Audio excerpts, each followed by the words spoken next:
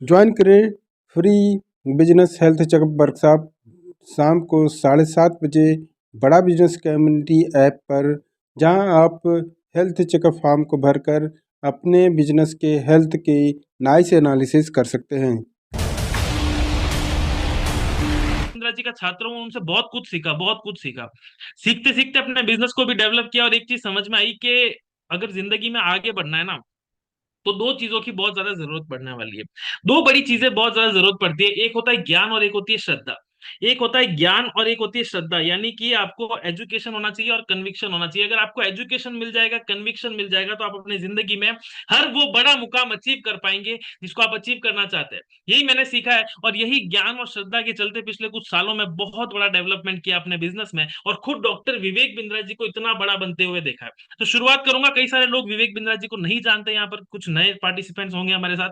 तो सबसे पहले विवेक सर के इंट्रोडक्शन से शुरू करते हैं। कौन है भैया डॉक्टर विवेक बिंद्रा जी? इतने बड़े स्पीकर कैसे बन गए? इनकी जर्नी कहाँ से शुरू हुई, थोड़ी उसके बारे में बात करते हैं। तो डॉक्टर विवेक बिंद्रा जी एक रिकॉर्ड होल्डिंग मोटिवेशनल स्पीकर, एक लीडरशिप कंसल्टेंट, कॉर्पोरेट ट्रेनर, जिन इकलौते ऐसे ट्रेनर है पूरे वर्ल्ड में जिनके पास में 12 गिनीज वर्ल्ड रिकॉर्ड है।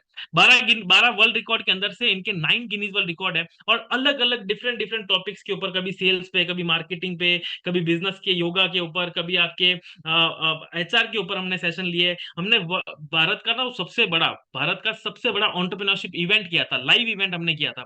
तो कई सारे वर्ल्ड रिकॉर्ड्स है, और आज पूरे वर्ल्ड के अंदर ना ऐसा हो गया कि कोई दूसरा motivational speaker, business coach, leadership coach, कुछ भी बोल लो आप, वो इनके आसपास खड़ा नहीं है।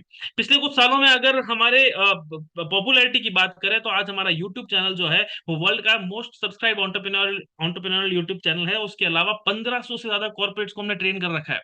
1500 कॉर्पोरेट्स, ये वो कॉर्पोरेट्स है जो अपने बिजनेस में ऑलरेडी वेल स्टेब्लिश्ड है, जिनके पास में अच्छी खासी टीम है, वो अपनी टीम को यहाँ से और ज्यादा डेवलप करना चाहते हैं, अपनी ब्रांचेस को एक्सपेंड करना चाहते हैं। उन लोगों के लिए काम किया, और उन लोगों के लिए काम करते करते समझ में आया कि मेरे देश का छोटा व्यापारी परेशान है। बड़ा व्यापारी तो ग्रो करता जा रहा है, लेकिन छोटे व्यापारी को कई सारी समस्याएं हैं। उस समस्या को हेल्प करेंगे, उस समस्या को सॉल्व करने पे काम करेंगे, तो बिजनेस बड़ा होगा।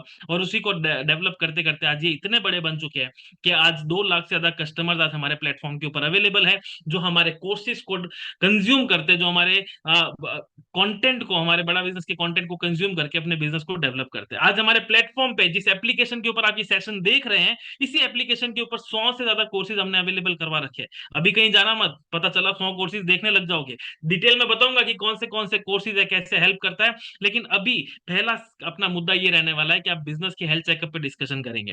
तो छोटा सा इंट्रोडक्शन मैं अपने बारे में देता हूँ, नहीं तो लगेगा भैया ये बंदा कौन है, पहली बार देखा है इसको, बड़ा बिजनेस में कभी आया नहीं चेहरा इनका। ठीक है, तो मैं अपने बारे में बताता हूँ। मेरा नाम पूरन सिंह गहलोत है और मैं राजस्थान जोधपुर से बिलोंग करता हूँ। पिछले 11 सालों से अपना खुद का फैमिली बिजनेस रन कर रहा हूँ। मतलब जब से स्कूल कॉलेज छोड़ा है, तब से अपने होटल बिजनेस के अंदर आ गया, और होटल बिजनेस को काफी अच्छी लेवल पे चला रहा था। अपने होटल बिजनेस के अंदर एक स्टेगनेट ग्रोथ पे आ गया कि भाई 2-3 करोड़ का रेवेन्यू हम लोग करने लग गए। साल 2016-17 में विवेक बिंद्रा जी का वीडियो देखता हूँ और फिर समझ में आता है यार, यहाँ से अब बिजनेस को बड़ा करना है तो मुझे कोई एक हैंड होल्डिंग सपोर्ट चाहिए। और हैंड होल्डिंग सपोर्ट ऐसे व्यक्ति से चाहिए जो अपने बिजनेस में लोगों को सच में एक इम्पैक्ट क्रिएट कर चुका हो। तब मैंने लीडरशिप फनल प्रोग्राम को ज्वाइन किया। उसको ज्वाइन करने के बाद मैंने अपने बिजनेस के अंदर बैकवर्ड इंटीग्रेशन किया। थोड़ा शब्द फैंसी लगेगा, बैकवर्ड इंटीग्रेशन क्या होता है डिटेल में समझाऊंगा, आगे चल के कई सारे फ्रेमवर्क सीखेंगे हम, ठीक है। तो बैकवर्ड इंटीग्रेशन किया, और बैकवर्ड इंटीग्रेशन करने के बाद 2 करोड़ से 6 करोड़ के टर्नओवर पे गया। उसके अलावा मैंने खुद ने अपने कई सारे बिजनेसेस किए, सारे सक्सेसफुल किए, और फाइनली मुझे समझ में आया कि मेरा जो स्वधर्म है वो ट्रेनिंग का है। मेरे को ट्रेनिंग, लर्निंग, डेवलपमेंट, बिजनेस, ये सब कुछ बहुत अच्छा लगता है।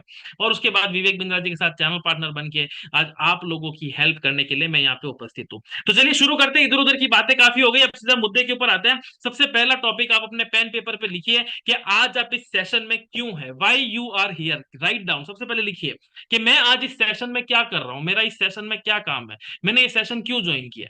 अब आप में से कई सारे लोग यहाँ पे ये लिख सकते हैं कि मुझे लर्निंग लेनी है इसलिए ज्वाइन किया है। कई लोग लिख सकते हैं कि मेरे बिजनेस की स्पेसिफिक प्रॉब्लम है, उसके उसको मैंने रिजोल्व करने के लिए किया है। कैसी कैसी प्रॉब्लम्स होती है भैया, अलग अलग तरह की प्रॉब्लम्स हो सकती है। कई लोगों के बिजनेस के अंदर मार्जिन कम होते जा रहे हैं, कई लोगों के बिजनेस में उधारी की प्रॉब्लम है, लेट पेमेंट आता है, कैश फ्लो अच्छा नहीं है। कई लोगों की बिजनेस के अंदर स्ट्रेटेजी बहुत कुछ है, बोले मेरे दिमाग में बहुत सारे आइडियाज है, मैं करना बहुत कुछ चाहता हूं लेकिन कर नहीं पाता हूं। या फिर आपकी एक प्रॉब्लम ये भी हो सकती है कि कंपटीशन की वजह से उधार में काम करना पड़ता है।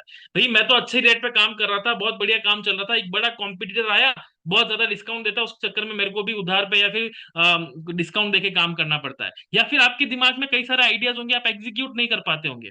या फिर आपको मैन पावर की प्रॉब्लम होगी कि यार अच्छी मैन पावर मिलती नहीं है, ढूंढते ढूंढते परेशान हो गए, अलग अलग जॉब पोर्टल्स के ऊपर डाल दिया, कॉलेजेस के अंदर हायरिंग कर ली, लेकिन फिर भी अच्छे लोग नहीं मिलते। या फिर आपकी समस्या हो सकती है कि मैन पावर मेरे बिना काम नहीं करती, जब मैं घर पे होता हूँ तो फिर वहां पे पीछे पबजी खेल रहे होते हैं। कई लोग बोलते हैं हमारी मैन पावर तो दिन भर इंस्टाग्राम पे रील देखती है, बोले कैमरे पे देखते तब समझ में आता है वो तो आराम से मजे मार रहे हैं। तो ये बड़ी दिक्कत है। आज एक बिजनेसमैन की सबसे बड़ी दिक्कत मैन पावर के अराउंड कई ज्यादा रिवॉल्व होती है, उसके ऊपर चर्चा करेंगे। कई लोगों की प्रॉब्लम है, कर्जे की प्रॉब्लम है भैया। धंधा शुरू कर लिया लेकिन कर्ज इतना बढ़ चुका है, कर्ज के चक्कर में कुछ समझ ही नहीं आ रहा बाहर कैसे निकला जाए। कई लोगों की प्रॉब्लम है कि मेरे बिजनेस में प्रॉफिटेबिलिटी नहीं है, कैश आ रहा है, ग्रोथ आ रही है, लेकिन प्रॉफिट नहीं आ रहा है। भाई सीजनल धंधा होता है ना, प्रॉफिट नहीं होता कई लोगों को। या फिर कई लोगों की दिक्कत है कि भाई मेरे डिस्काउंट की वजह से कस्टमर खरीद नहीं रहा है। अब आपकी कई सारी दिक्कतें हो सकती है, जरूरी नहीं है कि आपकी एक दिक्कत हो, जरूरी नहीं है कि सारी आपकी दिक्कत हो। जो भी आपकी दिक्कत है, आप सबसे पहले आज अपनी डायरी में शुरुआत इसी से कीजिए कि मैं इस सेशन में अपनी किस प्रॉब्लम को सॉल्व करने के लिए आया हूं। मैं आपको 5 सेकंड का टाइम देता हूं, और मैं आशा करता हूं कि आप लोग मेरे साथ साथ लिख रहे होंगे। अपनी डायरी में लिखिए कि मैं आज इस सेशन में किस पर्पज से आया हूं, what I am doing here.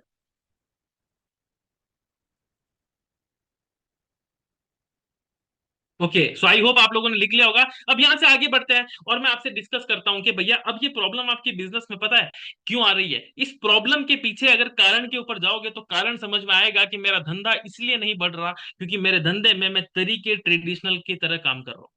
मैं चाहता हूं कि मैं अपने धंधे को बहुत बड़ा बना लूं, मैं एक छोटी किराना की दुकान लेके बैठा हूं, लेकिन अपने किराने की शॉप को, परचून की दुकान को मैं डी मार्ट के लेवल तक ले जाना चाहता हूं। लेकिन डी मार्ट के लेवल तक ले जाऊंगा कैसे, मेरे तो तरीके ही ट्रेडिशनल है। मैं चाहता हूं कि मेरी ऑनलाइन क्लासेस हो जाए, अभी मेरे पास में 100 बच्चे मेरे ट्यूशन सेंटर पे आके पढ़ते हैं, अब मैं चाहता हूं कि ट्यूशन सेंटर से मैं बड़ी कोचिंग सेंटर पे चला जाऊं, ऑनलाइन बच्चा बैठ के मेरे को देखे। लेकिन मैं करूं कैसे, दिन भर तो मैं बच्चों को क्लासेस में पढ़ाने में बिजी हो जाता हूं।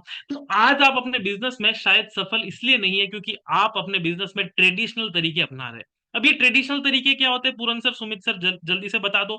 चलो आपको सबसे पहले ट्रेडिशनल तरीकों के बारे में बताते हैं। सबसे पहला ट्रेडिशनल तरीका है भैया लॉन्ग स्टैंडिंग प्रैक्टिस, सालों से सदियों से जो चलता आ रहा है हम वैसे ही करते हैं। हम आज भी कैश में काम करते हैं, हमें हमें क्रेडिट कार्ड से पेमेंट लेना पसंद नहीं है, हमें इंटरनेट बैंकिंग से पेमेंट लेना पसंद नहीं है, हमें बैंक में पेमेंट लेना ही पसंद नहीं है, सरकार को जीएसटी भरना पड़ जाएगा। आज भी लोगों को देखता हूँ सुमित भाई, जो अपने बिजनेस के अंदर उनको बही खाते पड़े होते हैं, बड़ी बड़ी अकाउंटिंग के पोथे पड़े होते हैं। उनको लगता है यार कि अगर ये मैंने अकाउंटिंग किसी सॉफ्टवेयर में कर ली तो सरकार आके मेरा पैसा चुरा के चली जाएगी।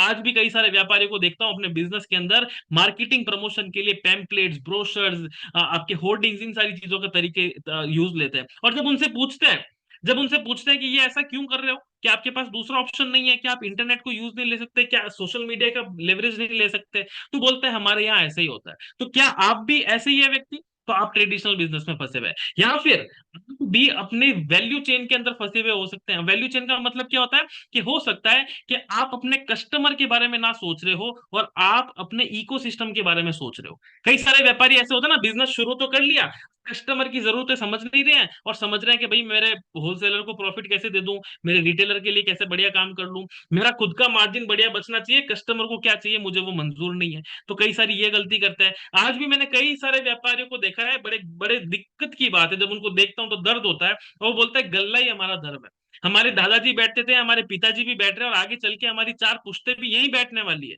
तो अगर गल्ले पर बैठे हो तो इसलिए आप भी अपने बिजनेस में ट्रेडिशनल नाम की बीमारी से फंसे हुए हो, इस ट्रेडिशनल से न्यू एज में बढ़ना पड़ेगा। आज भी आप शायद अपने बिजनेस के अंदर हायरार्किकल स्ट्रक्चर में फंसे हुए हो।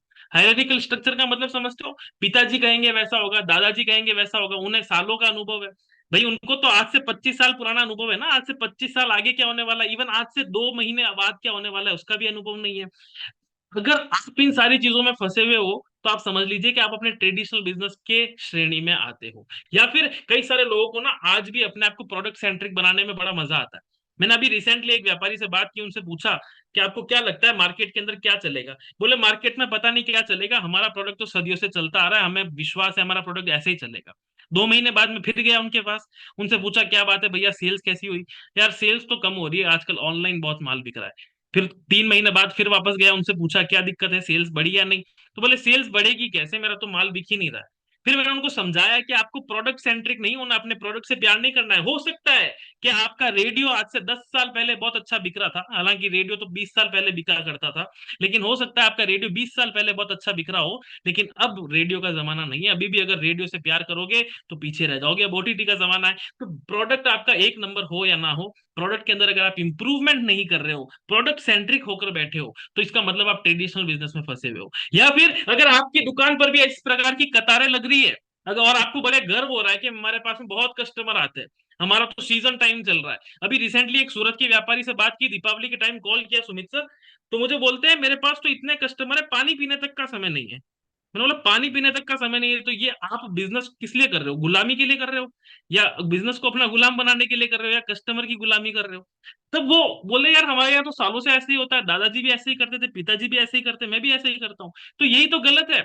आज आपने जितने भी बड़े बड़े रिटेल आउटलेट्स देखते हो, जितने भी बड़े शोरूम्स देखते हो, आप वेस्ट साइड जाते हो, आप बड़े बड़े मॉल्स में जाते हो, क्या कभी आपने वहां कतारें देखी है?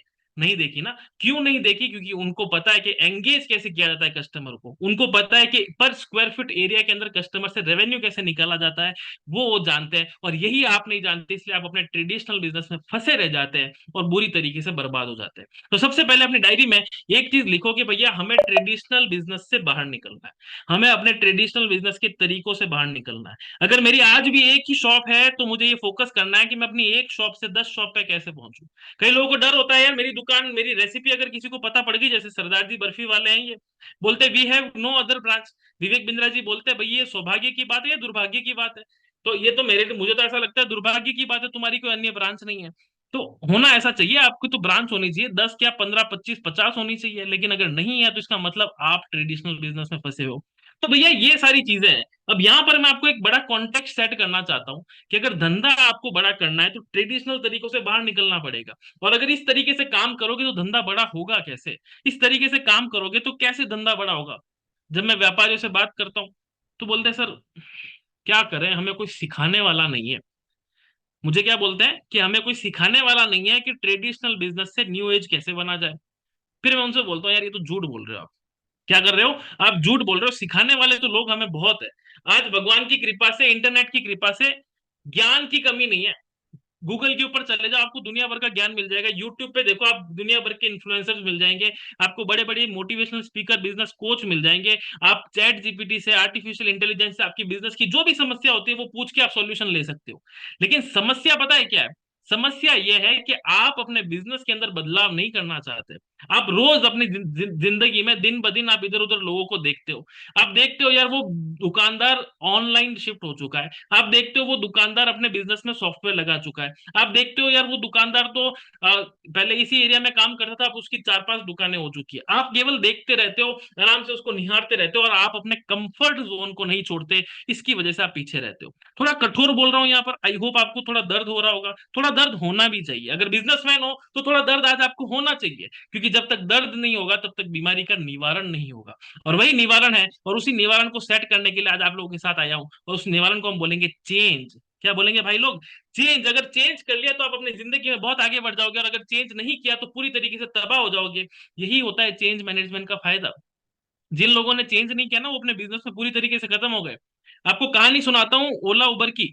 आपको पता है ना, जब इन्होंने बिजनेस शुरू किया इनको बड़ी प्रॉब्लम आ रही थी टैक्सी यूनियन से फाइट करने में। जितने भी टैक्सी यूनियन वाले होते थे बोले यार हम तुम्हारा धंधा चलने नहीं देंगे। गोवा में तो आज भी चलने नहीं देते, लेकिन हमारे यहाँ राजस्थान में जब आप माउंट आबू आते हो तो इनकी मोनोपोली होती है। और राजस्थान के अंदर जब आप इनकी कैब बुक करने जाओगे तो ओला उबर को वहां पे एंट्री नहीं करने देते थे एक समय में। लेकिन आज ऐसा समय है कि ओला उबर के साथ में सारे कैब ड्राइवर्स को अपना इंटीग्रेशन करवाना पड़ा, जहां से उनका धंधा बड़ा हो रहा है। तो भैया चेंज आपके लिए इंपॉर्टेंट है, चेंज आपके लिए नेसेसरी है, चेंज आपके लिए कोई ऑप्शन नहीं है। आज आप देखो ना, कैनन ने भी मार्केट के अंदर जब शुरुआत की थी, सॉरी कोटक ने जब मार्केट में शुरुआत की थी, तो इनका क्या फोकस था कि भैया मैं तो जिंदगी भर रील बना के बेचूंगा। इन्हीं के कंपनी के इंजीनियर ने इनको सजेशन दिया था कि हम डिजिटल मार्केट, डिजिटल कैमरे के अंदर मूव कर सकते हैं, हमारे पास में बहुत बड़ा मार्केट है जहां से हम बहुत बड़े बन सकते हैं। लेकिन इन्होंने अपने आप को डिजिटल नहीं किया, और आज आप देखिए कोडक आपको मार्केट में दिखता भी है क्या? आज आपको दूर दूर तक मार्केट के अंदर कोडक नहीं दिखता। उसके पीछे रीजन क्या है कि कोडक ने अपने आप को बदलाव करने के लिए पीछे कर लिया, वो अपने अंदर बदलाव नहीं कर पा रहा था और इस वजह से खत्म हो गया। इसलिए बोलते हैं चेंज आपके लिए ऑप्शन नहीं है, चेंज आपके लिए नेसेसिटी है। समय रहते बदलाव नहीं किया तो कभी भी खत्म हो जाओगे। जितने भी बड़े बड़े हिल स्टेशन पे होटल्स है ना, उन सबको बढ़िया बढ़िया बढ़िया बढ़िया होम स्टेज ने ओवरटेक कर लिया। एयरबीएनबी मार्केट के अंदर आया, लोगों को समझ में आया कि यार अगर मैं मनाली जा रहा हूँ घूमने, अच्छा रूम नहीं मिल रहा है, रूम की खिड़की टूटी हुई है, बाहर से सर्दी लग रही है, मैं बुरी तरीके से, मेरी हालत खराब हो चुकी है, मेरा मेरा हेल्थ हेल्थ खराब हो चुकी है। तो एयरबीएनबी ने इस प्रॉब्लम को समझा, अच्छे अच्छे लोगों को अपने साथ में ऑनबोर्ड किया, एक बढ़िया प्लेटफॉर्म बनाया और इतना बड़ा बन गया। अब जो लोग एयरबीएनबी के मॉडल को नहीं अडॉप्ट कर पाए, जो ओयो के साथ, गोआईबीबो के साथ, मेक माई ट्रिप के साथ होटल्स नहीं अडॉप्ट कर पाए, वो पूरी तरीके से खत्म हो गए। और जिनको समझ में आ गया वो आगे बढ़ गए। तो इसलिए बोलते हैं कि अगर जिंदगी में आगे बढ़ना है तो बदलाव करना पड़ेगा। यही हुआ नोकिया के साथ, अपना पूरा मोबाइल सेगमेंट इनको बंद करना पड़ गया। इनके फाउंडर, इनके मैनेजिंग डायरेक्टर्स आके बोलते हैं कि भैया हमें पता नहीं है हमने क्या गलती की, हम कैसे, मार्केट पूरा खत्म हो गया। एक समय में मोबाइल मोबाइल इंडस्ट्री में 90% इनका मार्केट शेयर हुआ करता था, गिरते गिरते गिरते गिरते बिल्कुल जीरो पर आ गए, और अब ये वापस बाउंस बैक करने की कोशिश कर रहे हैं। क्या लगता है अब नोकिया को बाउंस बैक करना इजी होगा उसके लिए? अब तो मार्केट में इतने सारे प्लेयर्स हो गए, उस समय जब वो मार्केट में राजा था तब उसने अपने अंदर चेंज नहीं लाया और खत्म हो गया। इसलिए बोलते हैं कि चेंज आपके लिए इंपॉर्टेंट है, चेंज आपके लिए एक ऑप्शन नहीं है, एक नेसेसिटी है। और आप भी इस सेशन में एक बड़ा बदलाव करके जाएंगे। एक चीज सोच के जाएंगे कि भैया मैं जो भी यहाँ पर केस स्टडीज देख रहा हूँ, जो भी यहाँ पर समझ रहा हूँ, इन सारी चीजों को समझने के बाद मुझे चेंज करना पड़ेगा। अगर मैं चेंज नहीं कर पाया तो मैं पूरी तरीके से खत्म हो जाऊंगा। यही हुआ रेडिफ के साथ में। जो भी लोग आज से 5-7 साल पहले जिन्होंने ईमेल आईडी बनाई, वो तो सब जीमेल यूज लेते थे। जिन्होंने आज से 15-20 साल पहले ईमेल आईडीज अगर बनाई होगी तो उनको रेडिफ के बारे में जरूर पता होगा। और रेडिफ मेल एक समय में बहुत अच्छा चलता था, लेकिन जीमेल के साथ में compete नहीं कर पाया। क्यों नहीं compete कर पाया? जीमेल तो टोटली फ्री चलता है। अब रेडिफ कैसे उसके साथ में compete करेगा, कैसे इतना बड़ा स्टोरेज देना शुरू कर देगा? और वहां से वो खत्म हो गया। चेंज करना जरूरी है भाई लोग। ब्लैकबेरी के साथ भी यही हुआ। नोकिया का मार्केट खत्म हुआ, वैसे ब्लैकबेरी के मार्केट भी खत्म हो गया। ब्लैकबेरी का मार्केट खत्म क्यों हुआ? क्विट्री कीपैड लाने वाला सबसे पहला हैंडसेट ब्लैकबेरी था। ये जो आप अभी क्विट्री कीपैड देखते हो ना, ये सबसे पहली इजाद थी है ब्लैकबेरी की। लेकिन अपने आप टच स्क्रीन में लाते लाते इतना समय लग गया कि मार्केट के दूसरे प्लेयर्स ने इसका पूरा धंधा खत्म कर दिया। तो इसलिए बोलते हैं चेंज इंपॉर्टेंट है। जिस प्रकार से एक बटरफ्लाई चेंज करती है अपने आप को, उसकी पूरी लाइफ साइकिल देखोगे तो आपको समझ में आएगा कि तितली कितनी सुंदर तरीके से चेंज करती है, और आखिर में जो फाइनल लाइफ स्टेज होती है उसकी, उसके अंदर वो कितनी सुंदर तरीके से भगवान तक जाती है। तो उसी तरीके से आपको समझना पड़ेगा कि आप अपने बिजनेस में किस प्रकार से चेंज करते हैं। जो बदल गया वो संवर गया, और अगर आपने अपने अंदर बदलाव नहीं लाया तो वहीं आप पीछे रह जाएंगे। अब कुछ ऐसी केस स्टडीज देखने की कोशिश करते हैं जिन्होंने कुछ कम समय में बहुत अच्छा अच्छा बदलाव किया और बहुत ऊपर बढ़ गए। शुरुआत तो बड़ा बिजनेस से ही करूंगा ना भाई, बड़ा बिजनेस का प्रमोटर हूं तो उन्हीं की शुरुआत करूंगा। और सबसे पहले विवेक सर के केस स्टडी से समझाता हूँ। शुरुआत हमने भी किताबों से की थी, बुक्स लिखा करते थे। बुक्स से भी पहले हालांकि कॉर्पोरेट ट्रेनिंग तो कर ही रहे थे, लेकिन जब मार्केट पेनिट्रेट कर रहे थे तो विवेक सर बुक्स लिखा करते थे। लीडरशिप के ऊपर किताब लिखी, कॉर्पोरेट एटिकेट के ऊपर किताब लिखी, कई सारी बुक्स लिखी।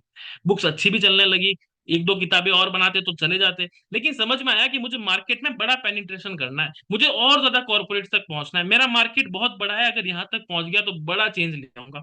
तो वहां पर वो कॉर्पोरेट्स के साथ काम किया, फिर छोटे व्यापारियों तक काम किया। आज हमारा बड़ा बिजनेस का मोबाइल एप्लीकेशन भारत का सबसे बड़ा ed tech business learning platform है। तो भैया बिजनेस के सेगमेंट में आपको कोई दूसरा एप्लीकेशन मिल जाए जहां पर इतने सारे कोर्सेज आपको एक ही प्लेटफॉर्म पे मिले, नहीं मिल सकते। 100 से ज्यादा कोर्सेज बना दिए, आसान हिंदी भाषा में बना दिए, देश के बड़े बड़े करोड़पति व्यापारियों से सिखा दिया। तो इससे बेहतर क्या हो सकता है? तो ये है नेक्स्ट न्यू बेटर का एग्जांपल। हमारी कंपनी की थ्योरी यही है, next new better, next new better. क्या मैं और नया कर सकता हूँ जिससे मैं मार्केट की प्रॉब्लम सॉल्व कर लूँ और मार्केट में नंबर वन बन जाऊँ? और एग्जाम्पल देता हूँ आपको। चेंज जिन्होंने किया, अमेजोन को देखो ना, शुरुआत केवल किताब बेचने से किया था। भैया केवल किताबें बेचते थे, सोचा मैं पूरे पृथ्वी का सबसे बड़ा बुक स्टोर बनूंगा। वहां से जाते जाते अलग अलग कैटेगरीज को ऐड किया, और आज अमेजोन इतना बड़ा प्लेटफॉर्म है, सबसे ज्यादा कैटेगरीज आपको इकलौते इस प्लेटफॉर्म पे मिलेंगी, लाखों कैटेगरीज आपको अवेलेबल हो जाती है। आज आप एप्पल को देखो, शुरुआत कहाँ से की थी?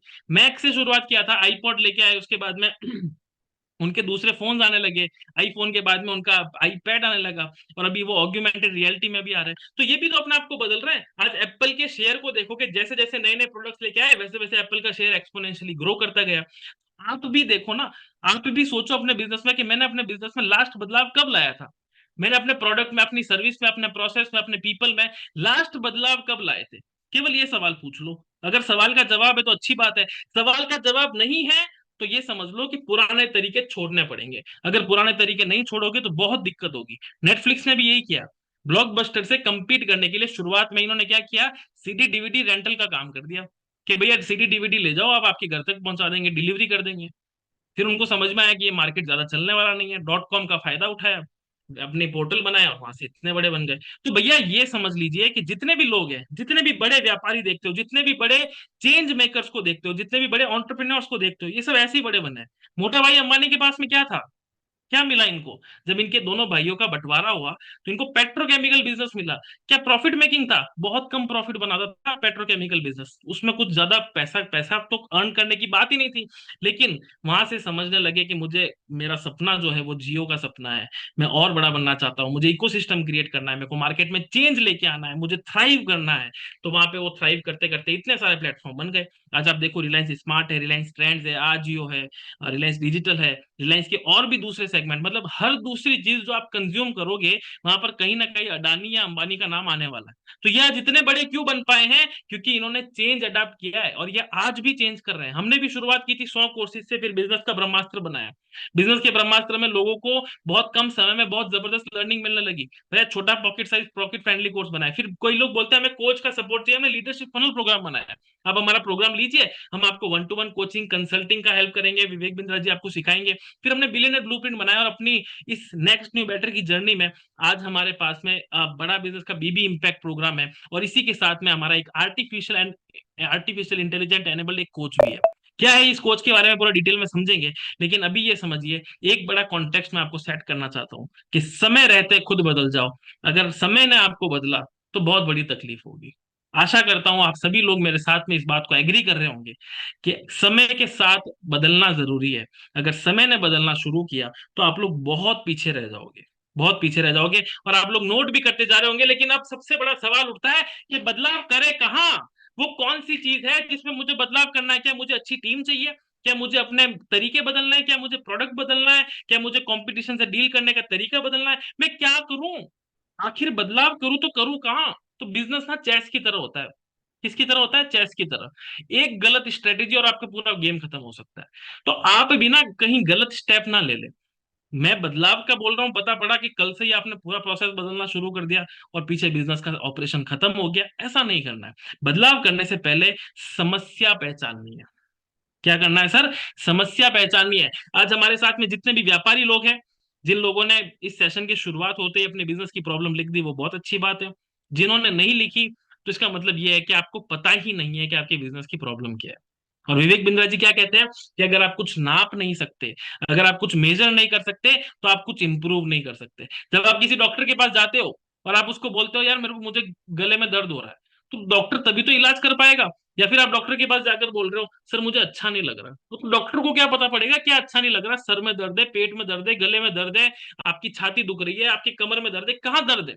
तो वही प्रॉब्लम है। पहले आपको अपना बिजनेस का डायग्नोस्टिक करना पड़ेगा। क्या करना पड़ेगा? डायग्नोस्टिक करना पड़ेगा। समझना पड़ेगा कि कहाँ कहाँ कमी हो सकती है, कहाँ कहाँ मेरे बिजनेस के अंदर प्रॉब्लम है। और वही प्रॉब्लम का आइडेंटिफिकेशन करने के लिए आज हम आए हैं सबसे इंपॉर्टेंट फ्रेमवर्क पे, इस पूरे सेशन का सबसे इंपॉर्टेंट भाग, ऑर्गेनाइजेशनल हेल्थ चेकअप। अब ये मैं आपसे वापस रिपीट करता हूँ कि आप लोगों ने अपना एप्लीकेशन जरूर अपडेट कर दिया होगा।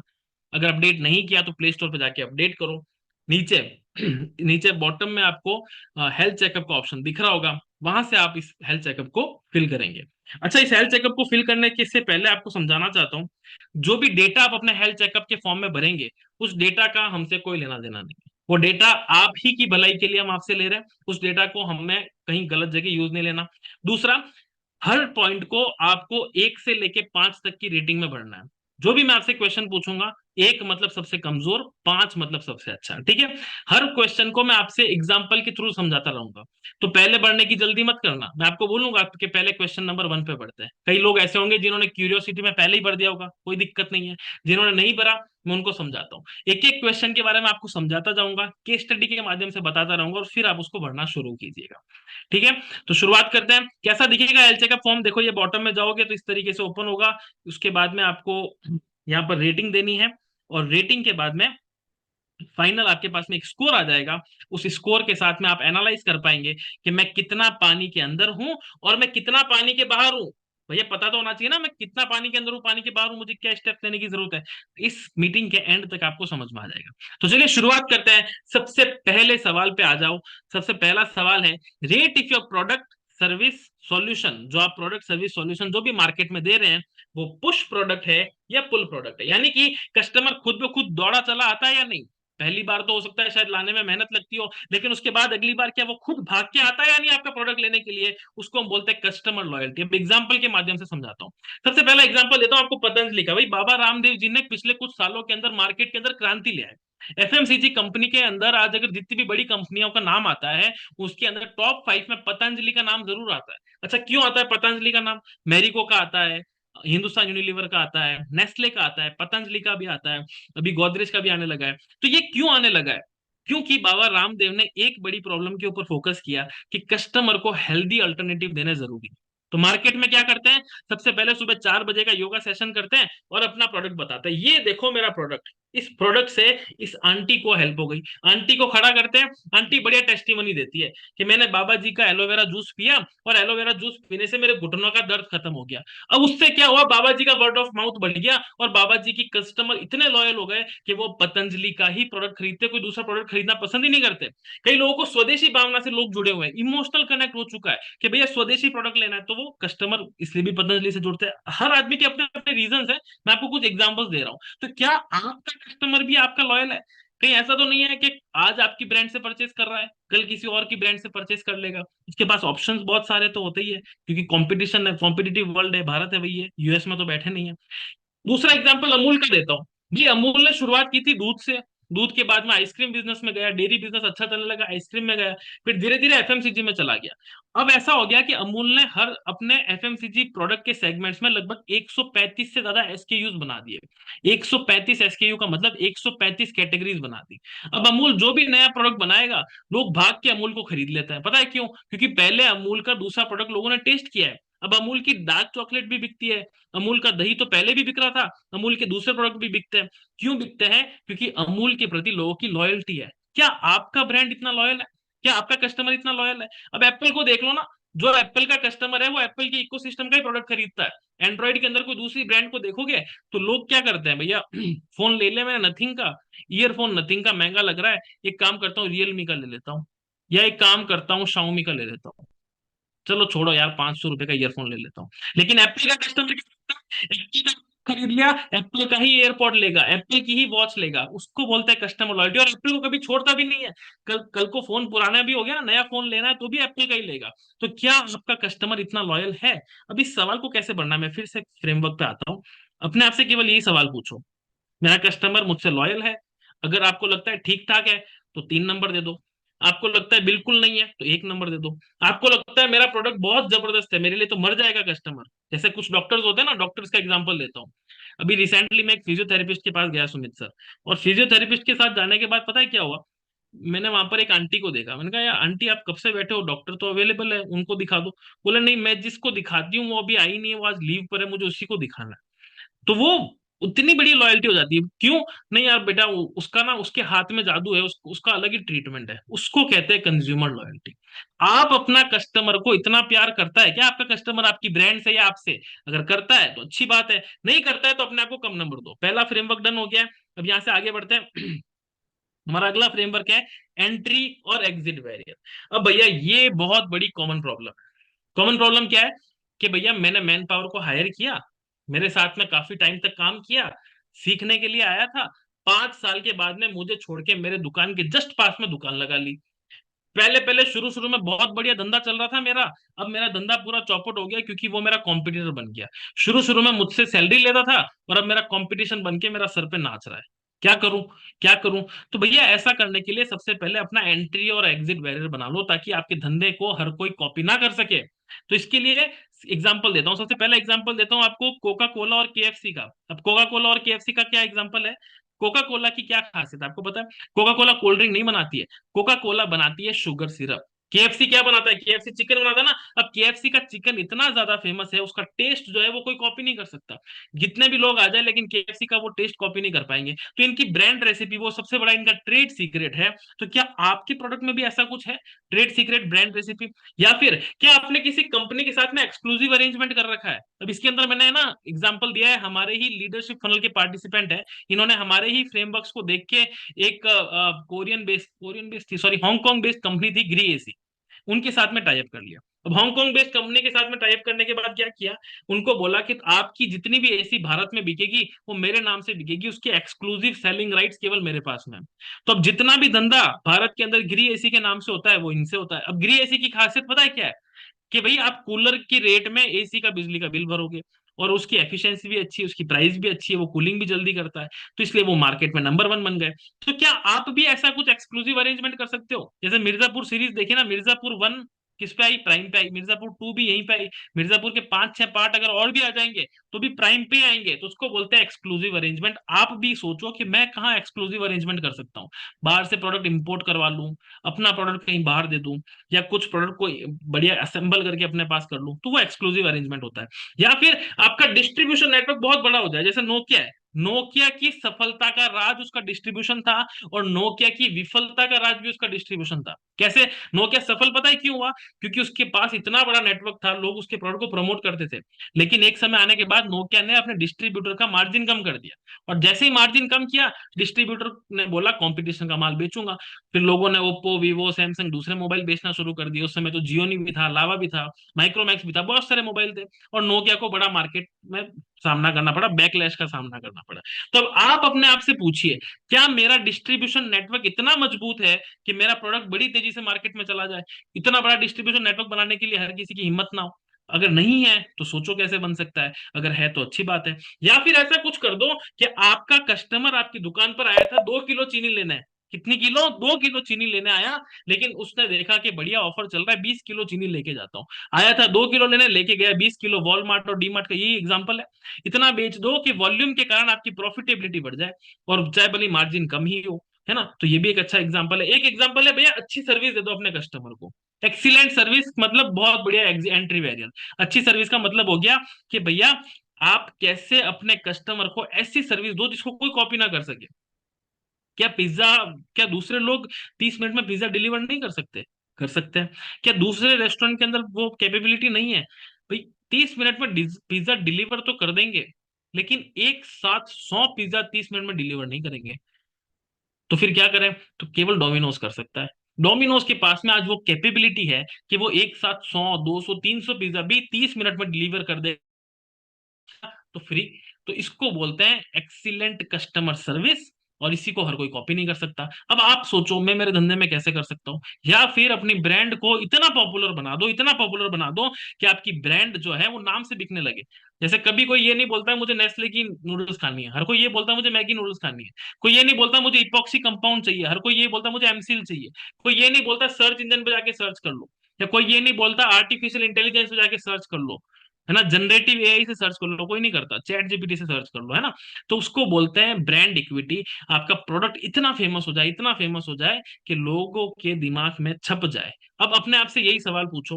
तो फ्रेमवर्क बनने का सिंपल एग्जांपल क्या है, वापस लेके चलता हूँ आपको फ्रेमवर्क पे। तो फ्रेमवर्क बनने का सिंपल एग्जांपल ये है, अपने आप से पूछो कि क्या मेरा प्रोडक्ट इतना जबरदस्त है कि कोई मुझे कॉपी ना कर पाए? अगर है तो अच्छा नंबर दो, अगर नहीं है तो कम नंबर दो। ठीक है, तो इसको कैसे भरोगे? अब यहाँ पे इन्होंने लिखा हुआ है, ठीक है, सिंपल सा है। यहाँ पे उन्होंने क्या लिखा हुआ है, 1 मिनट लोड हो रहा है। लिखा हुआ है कि क्या मेरे बिजनेस को कोई कॉपी कर सकता है? अगर हर कोई कॉपी कर सकता है, हाँ यार मैंने तो छोटी सी टपरी डाल रखी है, कोई भी चाहे की टपरी कॉपी कर लेगा, तो एवरीवन कैन कॉपी।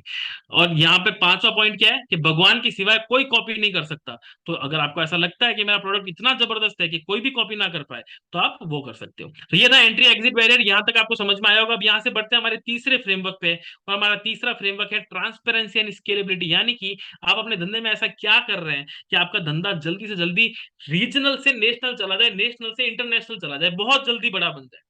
जितना जल्दी बड़ा बनेगा उतना जल्दी आप मार्केट के अंदर पेनिट्रेशन फास्ट करोगे, है ना। तो इसके अंदर अपने आप से यही सवाल पूछो कि मैं कितना जल्दी बड़ा बन सकता हूँ। एग्जांपल देता हूँ, सबसे पहला एग्जांपल हल्दीराम का देता हूँ। अब हल्दीराम का एग्जांपल क्यों दे रहा हूँ आपको?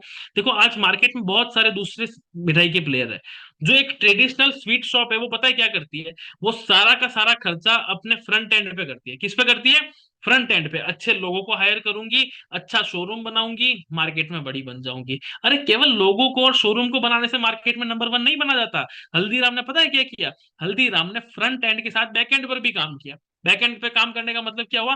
बैक एंड पे इन्होंने प्रोसेस बना दिया, प्रोसेस के अंदर उन्होंने एसओपी बना दी, मेरा प्रोडक्ट कैसे बनेगा, उसकी डिलीवरी कैसे होगी, कस्टमर का अगर गलत फीडबैक आया तो मैं क्या करूंगा, अच्छा फीडबैक आया तो उसको कहाँ प्रमोट करूंगा, क्वालिटी कंट्रोल पे कैसे काम करूंगा, फिजिकल से डिजिटल कैसे जाऊंगा।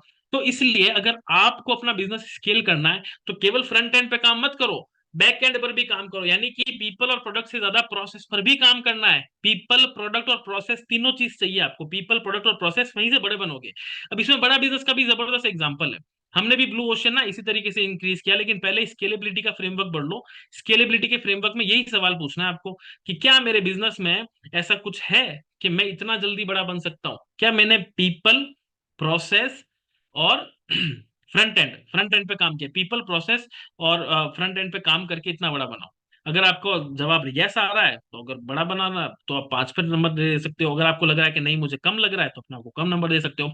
अब यहाँ से आगे बढ़ते हैं हमारे अगले फ्रेमवर्क पे। मैं आपको याद दिला रहा हूं, अभी तक हम चार चार क्वेश्चंस कर चुके हैं। अगर आप चौथे क्वेश्चन पर हैं तो अच्छी बात है, अगर नहीं है तो जल्दी से चौथे क्वेश्चन पे आ जाइए।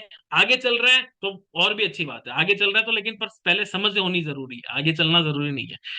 अब आते हैं, हमारा फोर्थ क्वेश्चन है भैया कि आपके बिजनेस के अंदर ब्लू ओशन है कि नहीं। ऐसा तो नहीं है कि आपका कस्टमर हर जगह मुंह मारता है, ऐसा तो नहीं है आप हाईली कॉम्पिटिटिव बिजनेस में खड़े हो।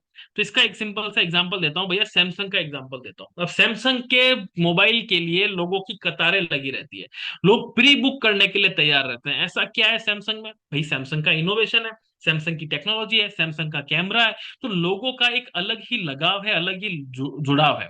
तो क्या आपका कस्टमर आपको प्रीपे करने के लिए तैयार है? क्या आपका कस्टमर आपको एडवांस देने के लिए तैयार है? क्या आपका कस्टमर आपको लेटर ऑफ इंटेंट देने के लिए तैयार है कि मैं आपका प्रोडक्ट खरीद लूंगा? अगर है तो अच्छी बात है। अब इनोवेट करने का सिंपल सा तरीका है, अपने कस्टमर की वो प्रॉब्लम सर्च करो जो वो आपके बिना सॉल्व नहीं कर सकता। उसके बाद में एक बढ़िया सॉफ्टवेयर बनाओ, एक बढ़िया सॉफ्टवेयर बोल रहा हूँ, सॉरी माफ कीजिएगा, एक बढ़िया इंफ्रास्ट्रक्चर बनाओ जिससे कस्टमर की प्रॉब्लम सॉल्व हो सकती है। और उसके बाद में उसको प्रमोट करो, उसको डेवलप करो, उसको स्केल करो। अब एग्जांपल देता हूँ नाइका का। अब नाइका पता है क्या करता है? जो लेडीज इस सेशन को देख रही हैं, आपको लग रहा होगा नाइका की क्या केस स्टडी है।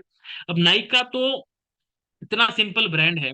आज आप लैक्मे की लिपस्टिक लेते हो, आप दूसरे 10 15 20 ब्रांड्स की लिपस्टिक लेते हो, ये सारी लिपस्टिक को नाइका ऑनलाइन लेकर आ गया। अब इसमें कोई इनोवेशन लगता है क्या? ये कोई इनोवेशन तो नहीं है। लेकिन नाइका फिर भी मार्केट में इतना बड़ा कैसे बन गया? क्योंकि नाइका को पता है कि मेरी परचेज टीयर 1 टीयर 2 सिटी से ज्यादा टीयर 3 सिटीज में होगी। क्यों होगी? क्योंकि टीयर 3 सिटी में, यहाँ पे सबसे राइट साइड में आपको अंकल दिख रहे हैं ना, ये अंकल फैंसी स्टोर पे सामान बेचते हैं। अभी अंकल क्या करते हैं पता है? ओरिजिनल लिपस्टिक तो बेचते नहीं है, डुप्लीकेट लिपस्टिक के ऊपर लैक्मे का एक छाप लगा के बेच देते हैं। अब वो लिपस्टिक एक्चुअल में है 60 रुपए की, और कस्टमर खरीद रहा है 600 रुपए देकर। फिर कस्टमर का भी एक्सपीरियंस खराब होता है और ब्रांड की वैल्यू भी कम होती है। तो नायिका को समझ में आ गया कि मेरा प्रोडक्ट हर जगह में पहुंचा नहीं सकती, इतनी बड़ी ब्रांड्स है हर जगह पहुंचा नहीं सकती, उनका भी एक बड़ा खर्चा है, बड़े बड़े शोरूम्स तो लग नहीं सकते। अब भैया बिहार के भागलपुर में तो एक बड़ा शोरूम लगेगा नहीं ना। और नायिका का जितने भी ब्यूटी और कॉस्मेटिक प्रोडक्ट्स है, फैंसी स्टोर पे तो हर जगह जाना पॉसिबल नहीं है। तो नायिका ने इसलिए अपने आप को ऑनलाइन मूव किया और ब्लू ओशन क्रिएट किया। आज नायिका के कस्टमर लॉयल्टी की अगर बात करें तो कस्टमर नायिका से लेना पसंद करता है, क्योंकि इतने ब्रांड डील्स, उसको discount, customer loyalty, benefits, points, सब कुछ वहीं से मिलता है।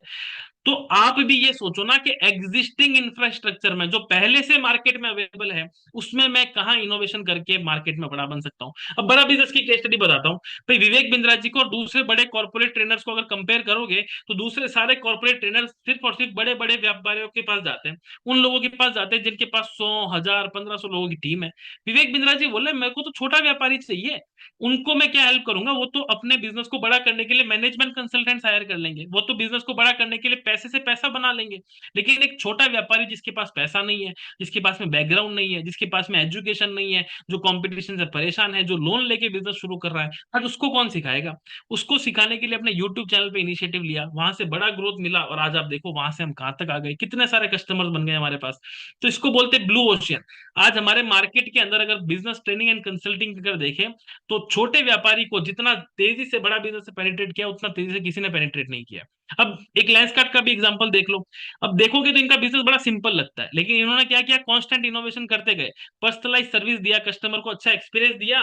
सारे के सारे चश्मा बेचने वाले अंकल का धंधा ऑनलाइन लिया है, 0 से 5 बिलियन डॉलर की कंपनी बन गई बहुत कम समय में। भारत की सबसे ज्यादा मोस्ट वैल्यूड आईवीआर ब्रांड के अंदर इनका नाम आता है। कैसे बने इतने बड़े? केवल एक चीज पे फोकस किया, मार्केट में जो पहले से अवेलेबल है उसमें कहाँ गैप है, कुछ नया इनोवेशन करने की हर बार जरूरत नहीं होती।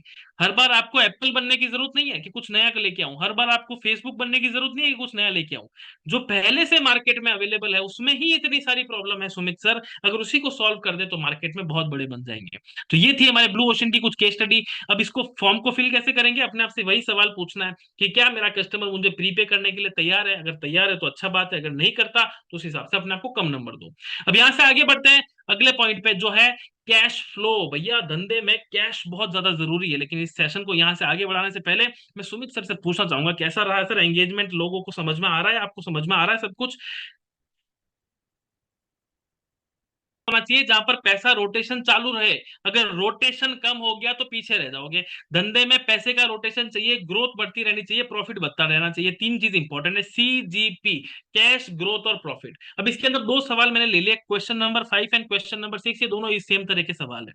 अपने आप से पूछो, क्या मेरा बिजनेस हमेशा पॉजिटिव रहता है कैश फ्लो में? कहीं ऐसा तो नहीं है गल्ला खाली हो जाता है, बार बार उधार लाना पड़ता है, बैंक से लेना पड़ता है, इधर उधर से अरेंज करना पड़ता है? अगर करना पड़ता है तो दिक्कत है, उस हिसाब से अपने आप को नंबर दो। और अगर आपको लग रहा है चलो पैसा तो रहता है, लेकिन क्या ये पैसा बढ़ता रहता है? यानी कि मेरे पास में लास्ट ईयर मेरे पास रिजर्व एंड सरप्लस था 1 करोड़ का, तो क्या इस साल वो 1 करोड़ से 1.5 करोड़ पहुंचा है? अच्छा छोटा नंबर ले लेता हूँ, क्या वो 10 लाख से 15 लाख पे पहुंचा है, 15 से 20 पे पहुंचा है? मेरा रिजर्व और सरप्लस बढ़ रहा है या नहीं बढ़ रहा है? किस तरीके से बढ़ रहा है वो चेक करना जरूरी है। इसका एग्जांपल आपको देता हूँ। भैया अलग अलग तरह के बिजनेसेस होते हैं। सबसे पहले किराना व्यापारी होता है। जो किराने का व्यापारी होता है उसकी क्या दिक्कत है? उसके पास इमीडिएट कैश आ जाएगा। परचून का काम करता है, इमीडिएट कस्टमर खरीद के जाएगा, उधार पे कोई नहीं देता है। ग्रोथ थोड़ी लिमिटेड होती है, लेकिन प्रॉफिट बहुत कम होता है। क्यों? क्योंकि आटे दाल चावल के ऊपर प्रॉफिट कम होता है, इनकी बड़ी दिक्कत है। तो कहीं आपका धंधा भी तो ऐसा नहीं है? या फिर आपका धंधा ऐसा हो सकता है जहां पर आप बहुत ज्यादा वेयर हाउस वाला काम करते हो, जहां पे आपका प्रॉफिट तो अच्छा है लेकिन सारा सारा माल क्रेडिट में बेच देना पड़ता है। क्या करें सर, प्रॉफिट तो बहुत अच्छा है, मेडिकल का काम करता हूँ। अच्छा क्या बात है, मेडिकल में क्या बेचते हो? सर मेडिकल में जेनरिक B2B बिजनेस करता हूँ। क्या बात है, जेनरिक में तो बहुत बढ़िया मार्जिन मिलता है, 60%, 35 65% मिल जाता है। सर मिल तो जाता है लेकिन क्या करे, सारा पैसा उधार में फंसा हुआ है। तो अगर उधार में फंसा हुआ है तो दिक्कत है। तो इसलिए कैश भी चाहिए आपको, क्रेडिट सेल्स नहीं होनी चाहिए। या फिर कई लोगों का ऐसा धंधा होता है कि सर कैश भी आ जाता है लेकिन मार्जिन भी बच जाता है। मेरे पास तो क्या है, एक बढ़िया मैरिज गार्डन बनाया, मैरिज गार्डन के ऊपर बढ़िया वेडिंग्स होती है, वेडिंग्स का मैं खूब पैसा लेता हूँ, 5 लाख 10 लाख 15 लाख जितना मैं लेना चाहता हूँ ले सकता हूँ। सीजनल बिजनेस है, लेकिन ग्रोथ नहीं हो रही। तो सीजनल बिजनेस वालों के साथ बड़ी दिक्कत है। जैसे मैं भी राजस्थान से बिलोंग करता हूँ, मेरा बिजनेस भी टोटल सीजनल बिजनेस हुआ करता था। हमारा होटल बिजनेस है ना, तो टूरिज्म इंडस्ट्री यहाँ पे राजस्थान में 6 महीने चलती है। तो 6 महीने में मेरा प्रॉफिट बहुत बढ़िया होता था, और 6 महीने जितना कमाया वो सारा लॉस में चला जाता था। मतलब जितना पैसा बचाया है वही पैसा वो खर्चे निकालने में चला जाता था। तो ग्रोथ नहीं होती है। तो आपको ऐसा कुछ करना है जहां पे आपका कैश, ग्रोथ और प्रॉफिट तीनों के तीनों बचने चाहिए। अब इसमें एग्जांपल देता हूँ, बहुत अच्छा एग्जांपल है डी मार्ट का। डी मार्ट ऐसी कंपनी है जिसका कैश, ग्रोथ और प्रॉफिट तीनों के तीनों मेंटेन्ड है। ये जितने भी इनके आप स्टोर्स देखोगे, सारे के सारे स्टोर्स राधा किशन दमानी के खुद के बनाए हुए हैं। एक भी स्टोर इन्होंने लीज पे नहीं ले रखा है। कैसे किया? केवल एक सिंपल सी समझ है इनको, वो है इन्वेंट्री मैनेजमेंट की समझ। क्या है इन्वेंट्री मैनेजमेंट की समझ? कौन सा माल मुझे आगे रखना है, कौन सा माल मुझे पीछे रखना है, कौन सा माल मुझे इमीडिएट बेचना है, कौन से माल पे मुझे डिस्काउंट लगाना है, कौन सा माल मुझे बल्क में परचेज करना है, कौन सी लोकेशन पे मुझे जल्दी जाना है। इस चीज की समझ रखी और मार्केट में बड़े बन गए। तो ये सब कुछ पता है क्यों कर पाते हैं? क्योंकि इनके पास इनके बिजनेस के डैशबोर्ड होते हैं। इनको पता होता है मेरा कितना प्रतिशत खर्चा कहाँ गया। मैं आप सभी व्यापारी से एक सवाल पूछता हूँ। क्या सवाल पूछ रहा हूँ? सबसे बड़ा सवाल ये पूछ रहा हूँ, क्या आपको पता है आपके धंधे में लास्ट महीने आपने कितने प्रतिशत खर्चा किया था? जो भी आपने इनकम की उसमें से कितने प्रतिशत खर्चा किया है, क्या आपको पता है? अगर पता है तो अच्छी बात है। मैं लगभग व्यापारियों से बात करता हूँ सुमित सर, लेकिन लोगों को पता ही नहीं होता कि मेरे बिजनेस में कितना प्रतिशत खर्चा कर रहा हूं मैं।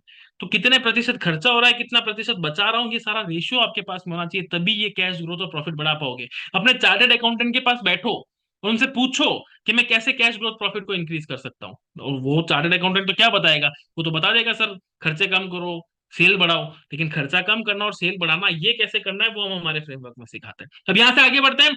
नेक्स्ट है भैया ब्रांड एडवोकेसी रेशियो। 7वें सवाल पे आ चुके हैं, 14 सवाल है। और 7वां सवाल बहुत इंपॉर्टेंट है, यानी कि आपका कस्टमर आपके बारे में मार्केट में जाके हल्ला करके बोलता है या नहीं कि भैया फोन तो एप्पल का ही लेना चाहिए, दूसरे सारे फोन बकवास है।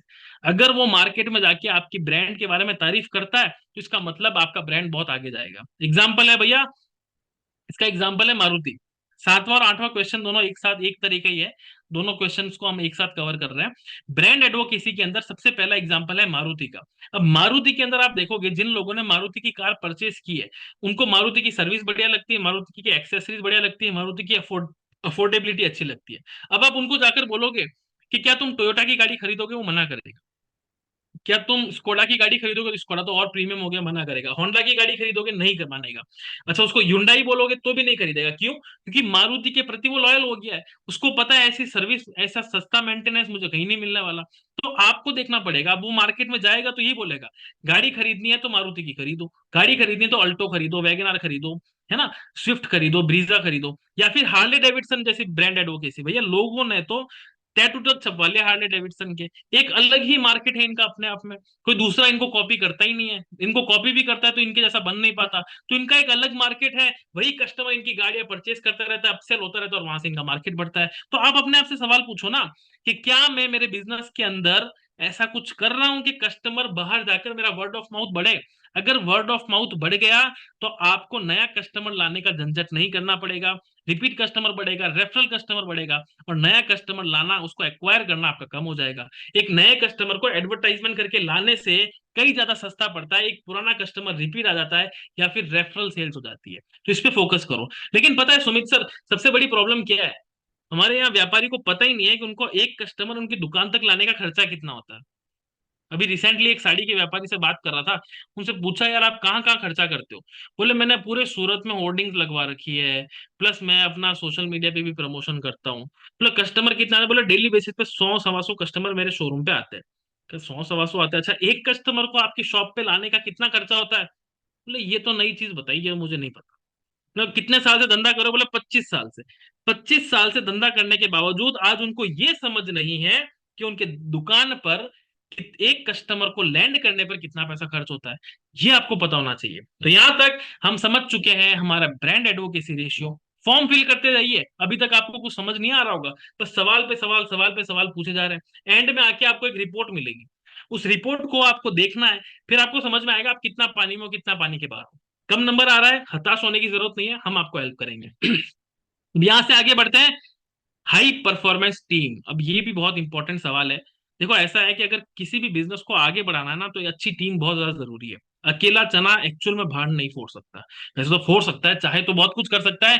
दशरथ मांझी ने पूरा पहाड़ तोड़ लिया, लेकिन हम दशरथ मांझी नहीं है ना। हर कोई दशरथ मांझी नहीं होता। कितने प्रतिशत लोग दशरथ मांझी होते हैं? थोड़ा प्रैक्टिकल भी सोचना पड़ता है। तो प्रैक्टिकली ये बात है भैया, धंधा बड़ा करना है तो अच्छे लोग चाहिए। अगर अच्छे लोग नहीं मिलते तो लोगों को अच्छा बनाने वाला चाहिए। तो हाई परफॉर्मेंस टीम को कैसे बिल्ड किया जाता है उसके तरीके बताता हूँ, साथ साथ नोट्स बनाते रहना। सबसे पहले उसका रैप एनालिसिस करना है। क्या करना है? Rap analysis. देखो एक बिजनेसमैन सबसे बड़ी गलती पता है क्या करता है? गधों से घोड़ों वाला काम करवाता है, घोड़ों से गधों वाला काम करवाता है। क्या करता है? गधों से घोड़ों वाला काम करवाता है और घोड़ों से गधों वाला काम करवाता है। सबसे पहले अपनी मैन पावर से बैठ के पूछो कि जब तुम ऑफिस में आते हो तो वो तुम्हारी कौन सी सबसे अच्छी, तुम्हारी फेवरेट एक्टिविटी है जो तुम्हें सबसे ज्यादा पसंद है। समझ रहे हो? जैसे अभी रिसेंटली क्या हुआ, मैंने भी, मेरे यहाँ पर भी टेलीकॉलर्स काम करती है। तो अब टेलीकॉलर्स काम करती है, टेलीकॉलर्स का क्या काम है? वो कस्टमर को कॉल करके कंसल्ट करते हैं, उनकी बिजनेस की प्रॉब्लम पूछती है और उसके बाद में उनको सॉल्यूशन देती है। तो मैंने एक बार रिसेंटली अपनी मैडम से पूछा, भाई जो टेलीकॉलर काम कर रही थी, उनसे पूछा मैडम आपको क्या लगता है, आपको सबसे बढ़िया क्या काम लगता है? बोले सर मुझे सबसे अच्छा लगता है कस्टमर से पेमेंट उठाना। अच्छा, अब मैं देखा कि एक्चुअली तो वो पेमेंट उठाती नहीं है, दिन भर तो कस्टमर को एंगेज करने में लगी रहती है, कस्टमर को एक्सप्लेन करने में लगी रहती है। पहले समझो कि कहीं आपने उसको गलत डिपार्टमेंट तो नहीं दे दिया। तो उसका रिक्रिएशन समझो कि आपकी मैन पावर को कौन सा टास्क करना पसंद है। दूसरा स्टेप, उसका एस्पिरेशन देखो कि चलो ठीक है मैं आपका डिपार्टमेंट चेंज कर दूंगा। अभी मैंने तुम्हें अकाउंट्स में डाल रखा है, अकाउंट से मैं तुम्हें कस्टमर सर्विस में डाल दूंगा। तुम अपना फ्यूचर कस्टमर सर्विस में कहाँ देखते हो? उसका एस्पिरेशन समझने की कोशिश करो। एस्पिरेशन समझने के बाद उसकी प्रोफिशिएंसी देखो कि भैया अगर मैं उसको अकाउंट से कस्टमर सर्विस में डाल रहा हूं या डाल रही हूं, तो वो कस्टमर सर्विस में कितना बेहतरीन तरीके से काम कर रहे हैं।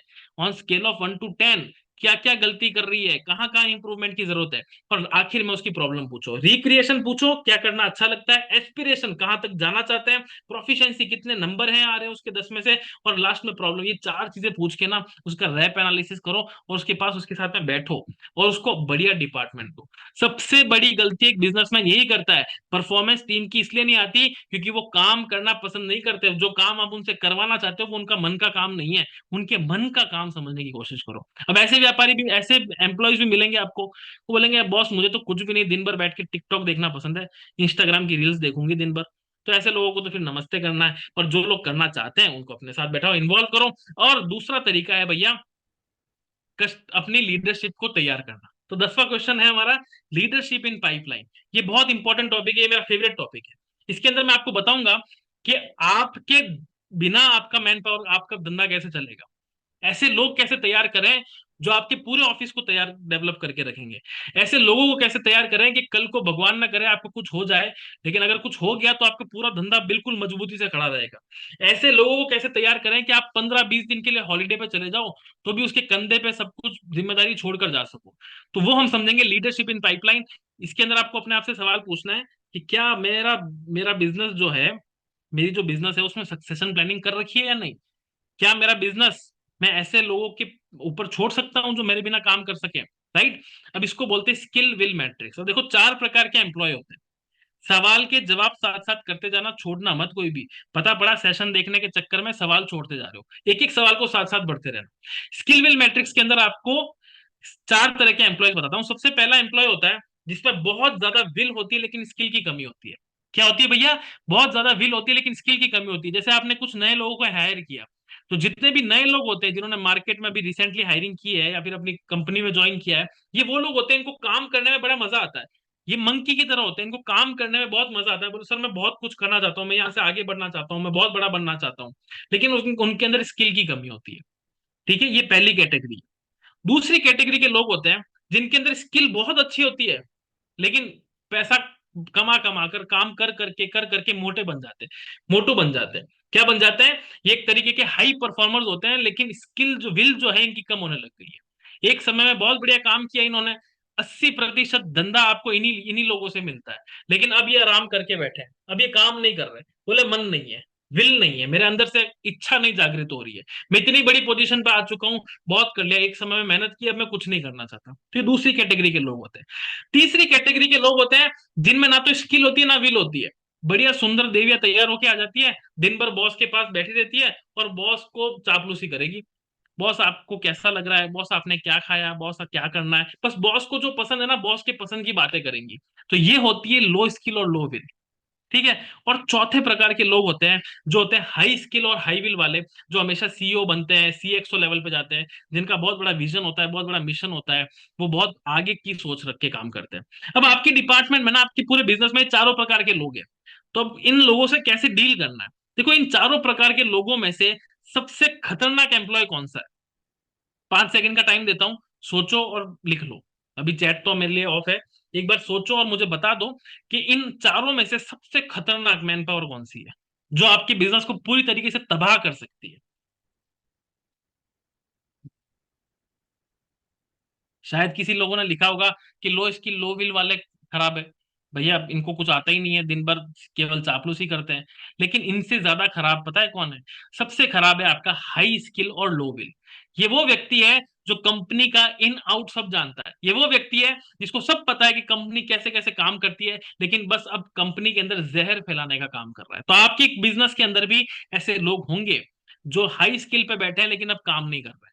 तो अगर ऐसे लोग हैं तो उनके साथ में आपको कंसल्ट करने की जरूरत है। अब ये पता है ये लोग क्या करते हैं, जो पर्सन हाई स्किल और लो विल पे बैठा होता है, उसके पास में जब ये मंकी वाला बंदा इनके पास आता है, बॉस मैंने अभी रिसेंटली ज्वाइन किया, आप बताओ मुझे क्या करना है, तो ये हाई स्किल लो विल वाला बंदा पता है उसको क्या बोलेगा, ये उसको बोलेगा तू जितना बोला है ना उतना ही काम कर, उससे ज्यादा काम करने की जरूरत नहीं है।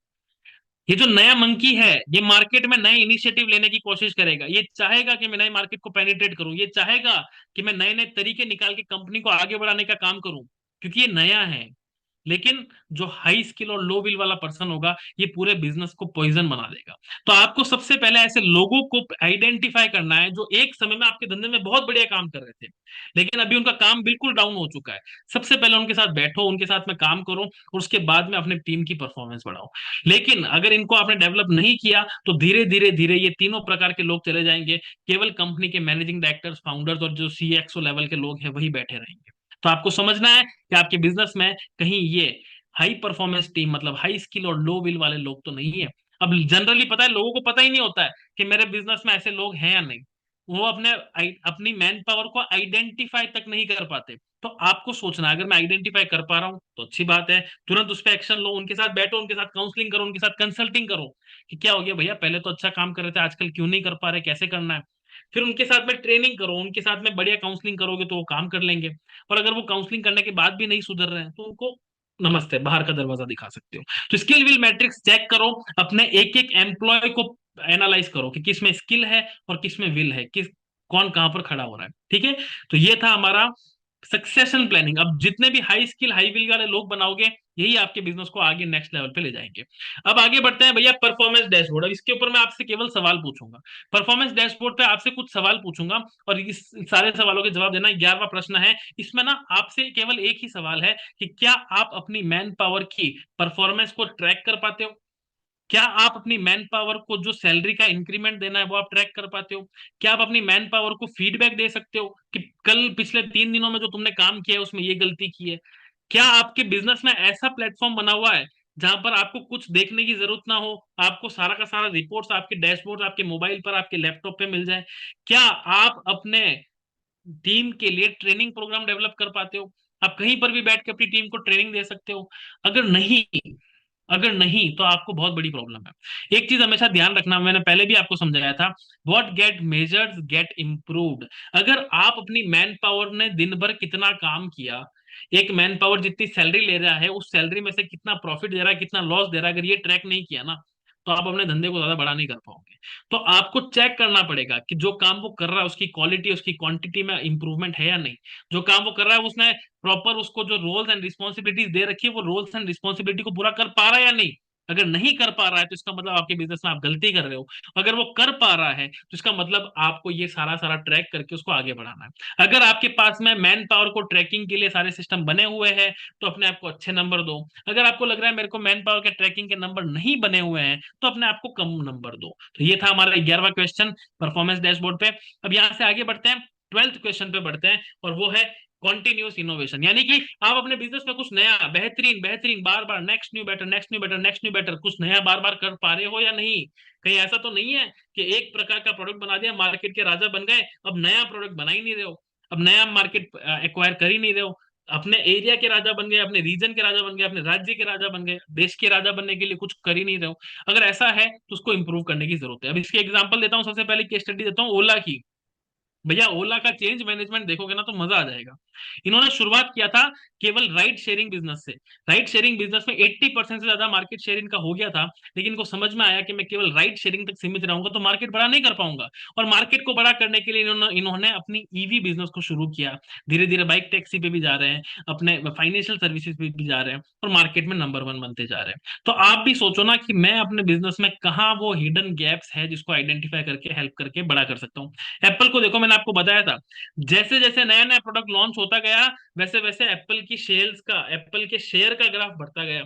कहां से शुरू हुआ था इसका शेयर और कहां तक चला गया? 1980 से लेके आज हम 2023-24 में बैठे हैं। वहां तक अगर आप एप्पल के इनोवेशंस को देखोगे तो आपके ढक्कन खुल जाएंगे कि धंधा कैसे कर रहा है ये व्यक्ति।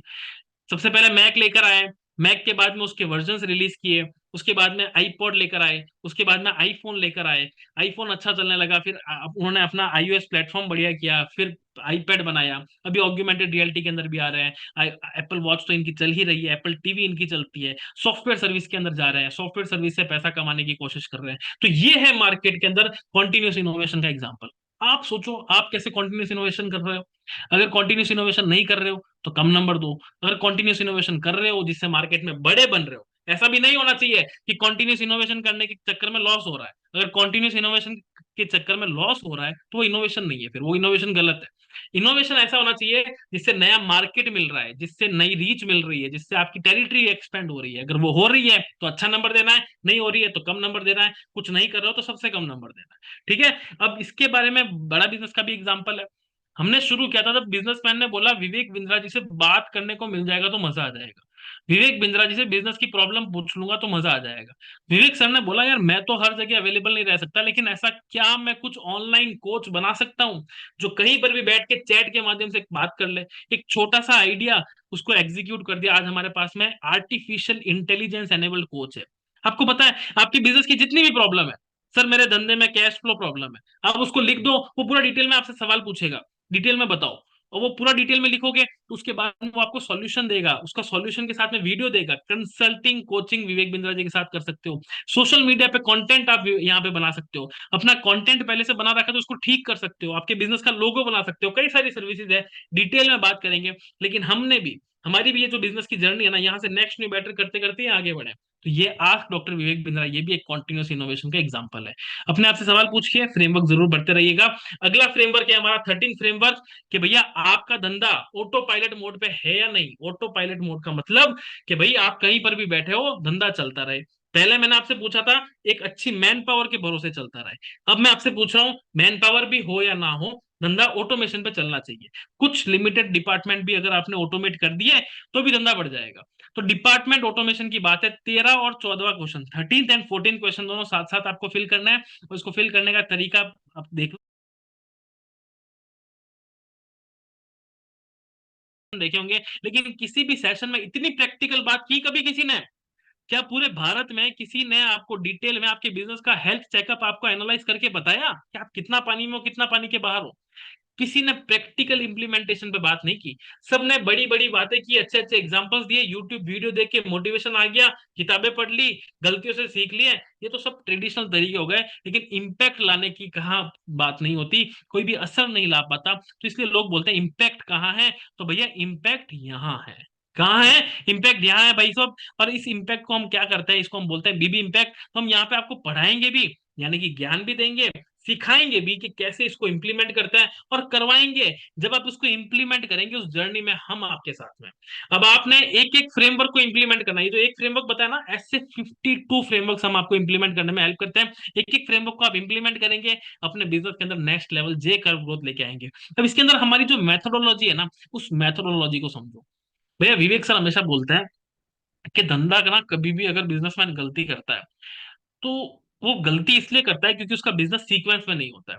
उसका बिजनेस सीक्वेंस में होना बहुत ज्यादा जरूरी है। सीक्वेंस मतलब, अगर आपने क्लास नर्सरी की है तो नर्सरी के बाद केजी, उसके बाद प्रेप, उसके बाद फर्स्ट सेकंड थर्ड 10th तक आते हो आप, राइट? 10वीं से पहले 12वीं पे नहीं पहुंच जाओगे।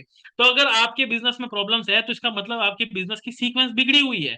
और वही सीक्वेंस हम आपको सिखाते हैं, और उसी सीक्वेंस को हम बोलते हैं 8 P ऑफ द बिजनेस। ये 8 P ऑफ द बिजनेस क्या है? इस 8 P में सबसे पहला पी प्रॉब्लम होती है, लेकिन हम पर्पस से शुरू करेंगे। किससे शुरू करेंगे? सबसे पहले आपका पर्पस डिफाइन करेंगे। हमारे 52 फ्रेमवर्क्स में से पहले हम आपको दो फ्रेमवर्क, आपको पहले पर्पस डिफाइन करेंगे कि आप ये धंधा कर रहे हो तो आप अपना गोल सेटिंग कैसे करोगे, आपको कहाँ जाना है आपको पता होना चाहिए। भाई यहाँ से अगर दिल्ली के लिए निकल रहा हूँ तो मुझे पता होना चाहिए ना कि दिल्ली के लिए निकलना है मुझे।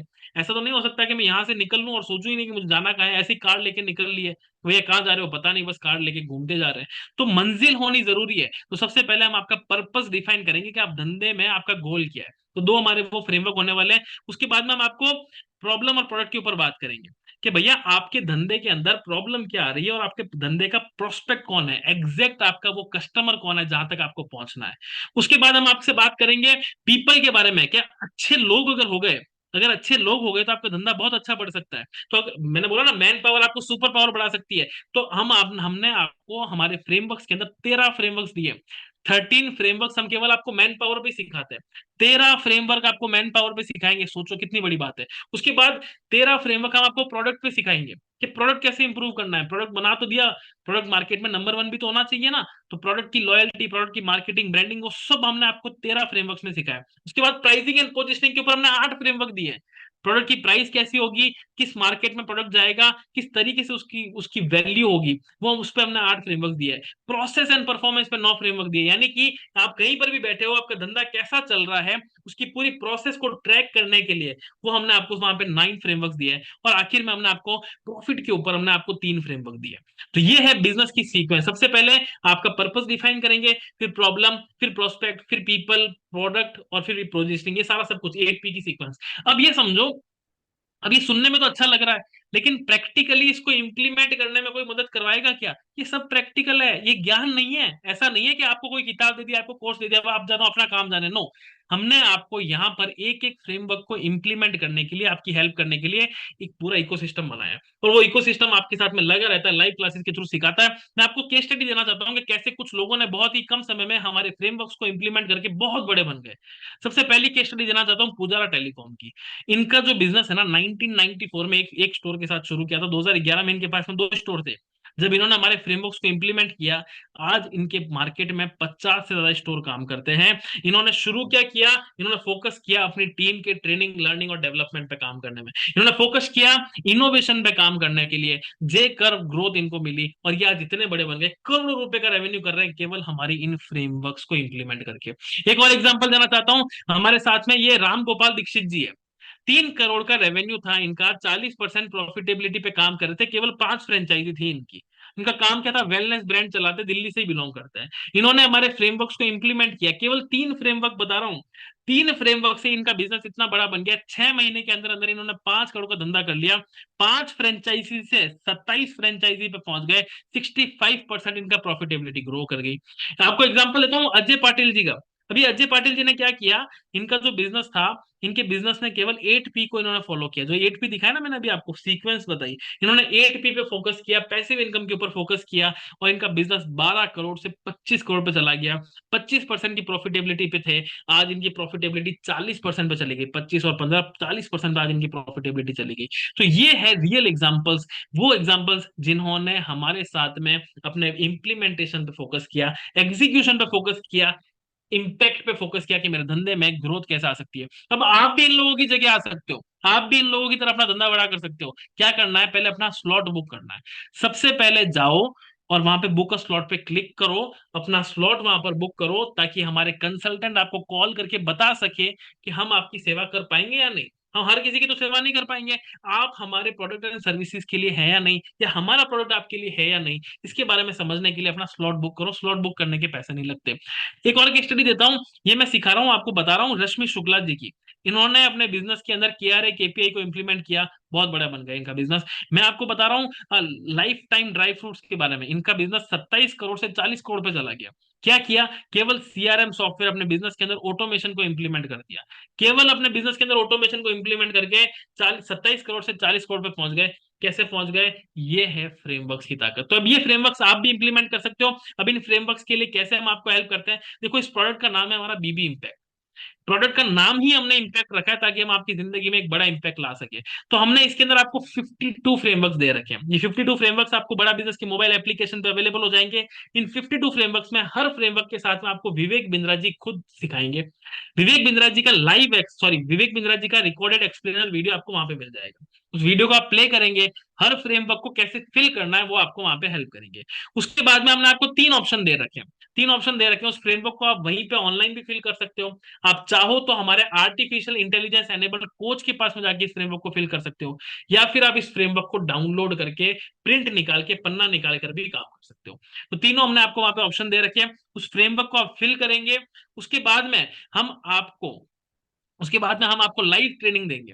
भैया ऐसा तो नहीं है ना, जैसे इस फ्रेमवर्क को समझाने के लिए मैं भी आपके साथ 1-1.5 घंटा बैठा हूं आपको समझा रहा हूं, उसी प्रकार से 52 फ्रेमवर्क को समझाने के लिए हम आप लोगों के साथ में 26 लाइव सेशन करेंगे। 6 महीने के प्रोग्राम के अंदर 26 लाइव सेशन करेंगे, और हर सेशन के अंदर आपको डिटेल में फ्रेमवर्क की समझ दी जाएगी। आपको बताया जाएगा कि भैया इस फ्रेमवर्क को आपके बिजनेस में इंप्लीमेंट कैसे करना है, इस फ्रेमवर्क में आप क्या गलती कर रहे हैं, उस गलती से बचना है। इस फ्रेमवर्क में आपको एग्जांपल्स कैसे कैसे हैं जो आप रिलेट कर पाएंगे। जैसे मैंने आज आपको केस स्टडी बताया ना, 35 केस स्टडीज, उसी प्रकार से आपको भी हर फ्रेमवर्क के साथ में केस स्टडी के माध्यम से 26 लाइव सेशन के अंदर सिखाया जाएगा। और ये सब कुछ आपको आस्क डॉक्टर विवेक बिंद्रा एक कोच के साथ में एब्सोल्युटली फ्री मिलता है। मतलब अब आपको ऐसा नहीं है कि केवल आपको सीक्वेंस के साथ चलना। अगर आप चाहते हो कि भाई मेरे बिजनेस में सेल्स की प्रॉब्लम है, सेल्स के बारे में पूछना चाहता हूं, तो सेल्स के बारे में आप हमारे कोच से पूछ सकते हो। आपको लग रहा है मेरे बिजनेस के अंदर कस्टमर कंपटीशन की प्रॉब्लम है, कस्टमर छोड़ के चला जाता है, तो कंपटीशन के बारे में कोच से पूछ सकते हो। तो 2 प्रकार की ट्रेनिंग आपकी लाइव चलती रहेगी। एक ट्रेनिंग जो सीक्वेंशियल बेस्ड ट्रेनिंग है, वो हम आपको हमारे प्रोग्राम्स के थ्रू, हमारे फ्रेमवर्क्स के थ्रू देते रहेंगे। और दूसरी ट्रेनिंग जो है वो आप अपने समझ के अनुसार हमारे कोच से पूछेंगे, और हमारा कोच आपको यहाँ पर हेल्प करेगा, आपको अपनी बिजनेस की स्पेसिफिक प्रॉब्लम को सॉल्व करने में, स्पेसिफिक जो भी आपकी प्रॉब्लम होगी उसको सॉल्व करने में। अब अपने आप से सवाल पूछो, आज पूरे भारत में कितने बिजनेस ट्रेनर है? शायद 5-6। अब सवाल पूछो, ये इतने सारे बिजनेस ट्रेनर, 5-6 बिजनेस ट्रेनर, क्या ये प्रैक्टिकल ट्रेनिंग दे रहे हैं? क्या मेरे को प्रैक्टिकल कोच मिल रहा है वहां पर जो मेरे सवालों के जवाब दे सके? क्या मुझे 26 लाइव सेशन मिल रहा है? 6 महीने के अंदर 26 बार मुझे लाइव आके बात करने का मौका मिल रहा है? आप अगर बोलेंगे, आप शायद ढूंढने जाएंगे तो आपको नहीं मिलेगा। आप कहीं पर, मतलब आप मोमबत्ती लेके जाएंगे तो भी नहीं मिलेगा। आप लालटेन लेके जाएंगे तो भी नहीं मिलेगा, आप बड़ी लाइट लेके जाओगे ना तो भी नहीं मिलेगा। लेकिन आपको केवल एक कोच मिलेगा, वो है डॉक्टर विवेक बिंद्रा जी। विवेक बिंद्रा जी की कंपनी बड़ा बिजनेस ने आज आप लोगों के लिए एनेबल कर रखा है। और ये सारी चीजें हमने आपको, ये तीनों चीजें हमने आप लोगों के लिए की है मात्र 25,000 रुपीज प्लस जीएसटी में। 25,000 रुपए प्लस जीएसटी के अंदर हमने आप लोगों के लिए सब कुछ एनेबल कर रखा है। लेकिन अभी आपको बहुत महंगा लग रहा होगा यार, 25,000 रुपए 6 महीनों के लिए, 25,000 रुपए। चलो हमने इसमें आप लोगों के लिए कुछ बोनस भी रखे हैं। विवेक बिंद्रा जी बोलते हैं भैया मैं इतने दूर आया हूँ केवल यहाँ तक रहने के लिए नहीं, इससे और आगे जाने के लिए। आपको यहाँ पर फ्री एक्सपीरियंस तो अच्छा लगा ही होगा, कई लोग यहाँ पे 10 डे एमबीए देख कर आए, तो हमने फ्री एक्सपीरियंस तो हम देते ही रहते हैं। इसके अलावा we have some bonus for you. और बोनस क्या है? सबसे पहला बोनस है, इसके साथ हम आपके बिजनेस के एक्यूमेन को बढ़ाने के लिए आपको बिजनेस की प्रैक्टिकल ट्रेनिंग भी देते हैं। यानी कि अब अगर आप सीखना चाहते हैं कि मेरे धंधे में कैश फ्लो कैसे आएगा, तो जो इंडस्ट्री के अंदर जो सब्जेक्ट मैटर एक्सपर्ट है, जो अपने बिजनेस के अंदर सबसे बढ़िया कैश फ्लो की ट्रेनिंग देता है, उस बंदे को हम आपके पास में लेके आए हैं। वो प्रैक्टिकली लाइव आके आपको कैश फ्लो की प्रैक्टिकल ट्रेनिंग देगा। जैसे आप चाहते हैं कि मैं अपने बिजनेस को ऑनलाइन ले जाना चाहता हूँ, वेबसाइट को बनाने से लेके वेबसाइट को डिजिटल मार्केटिंग करके प्रमोट करने तक उसकी ट्रेनिंग लाइव करना चाहता हूँ, डू इट योर सेल्फ करना चाहता हूँ, तो वो भी हम आपको सिखाते हैं। आपको कोई डिजिटल मार्केटिंग का कोर्स अलग से परचेज करने की जरूरत नहीं है। किसी प्रकार का छोटा मोटा बड़ा 20, 25, 40 हजार रुपए का इन्वेस्टमेंट करने की जरूरत नहीं है कहीं बाहर। केवल आपके लिए वन स्टॉप सॉल्यूशन है बड़ा बिजनेस। यहाँ पर हम आपको डिजिटल मार्केटिंग भी सिखाते हैं, सोशल मीडिया प्रमोशन भी सिखाते हैं, खुद वीडियो बना के कैमरे पे आना चाहते हो वो भी सिखाते हैं। लाइव ट्रेनिंग हम आपको देंगे, 26 लाइव सेशन होते हैं। इसकी प्राइस हमने 9,999 प्लस जीएसटी रखा है। लेकिन बड़ा बिजनेस के अंदर अभी अगर आप बीबी इम्पैक्ट के लॉन्च ऑफर के अंदर बुक करते हैं तो आपको डेफिनेटली फ्री मिलता है। तो 26 लाइव सेशन फ्रेमवर्क के, दूसरा 26 लाइव सेशन आपको बिजनेस एक्यूमेन के यहाँ पर मिल रहे हैं। बिजनेस की ट्रेनिंग देंगे, सोशल मीडिया की ट्रेनिंग देंगे, पर्सनैलिटी में निखार लेके आएंगे, आपको फाइनेंस की सूझबूझ देंगे। ये चार बड़े टॉपिक्स आपके बिजनेस को डेवलप करने के लिए यहाँ पर हम सिखाते हैं। ये सबसे पहला बोनस है। दूसरा बोनस मैं आपको बताता हूँ, हम आपको यहाँ पर, जैसे मार्केट में इतने सारे कोर्सेज अवेलेबल है ना, आपको लगता है यार मेरे को तो रिकॉर्डेड कोर्स दे दो, मुझे कुछ ऐसा कंटेंट मिल जाए, मेरे बिजनेस के अंदर रेलेवेंसी क्रिएट हो जाए, मुझे थ्योरी कंटेंट पढ़ना है, मुझे रीडिंग मटेरियल पढ़ना है, तो हमने आप लोगों के लिए थ्योरेटिकल कंटेंट भी बना रखा है। तो आप जिस किसी भी कैटेगरी में आते हो, आप रिटेलर हो, आप होलसेलर हो, आप सर्विस प्रोवाइडर हो, आप स्टार्टअप के अंदर आते हो, या फिर आप स्टूडेंट हो, जिस किसी भी कैटेगरी में आते हो, हमारे पास में उस बंडल्स बने हुए हैं। 30-35 कोर्स का एक बंडल की अगर प्राइस बताएं तो 9,999 प्लस जीएसटी रहती है। लेकिन ये भी आपको यहाँ पर फ्री मिलने वाला है। तो इसके अंदर आपको पता है क्या मिलता है? 700 से ज्यादा वीडियोस मिल जाते हैं, 30 से ज्यादा कोर्सेज मिल जाते हैं, हर वीडियो के साथ में आपको मैसिव एक्शन प्लान और रीडिंग मटेरियल मिल जाता है। पॉकेट फ्रेंडली कोर्सेज हमने बनाए थे। ये प्रोग्राम वैसे इंडिविजुअली कई सारे व्यापारी खरीदते हैं 9,900 प्लस जीएसटी में, लेकिन आज अगर आप बीबी इम्पैक्ट के लिए अपना ऑफर रिजर्व करते हैं या कोच से अपनी बात करते हैं, तो ये हमने आपके लिए फ्री रखा हुआ है। और इसके साथ एक बोनस और देना चाहता हूँ, एक छोटा सा बोनस और देना चाहता हूँ। ये छोटा सा बोनस है आपके बिजनेस के डॉक्यूमेंट्स। बहुत जबरदस्त चीज है।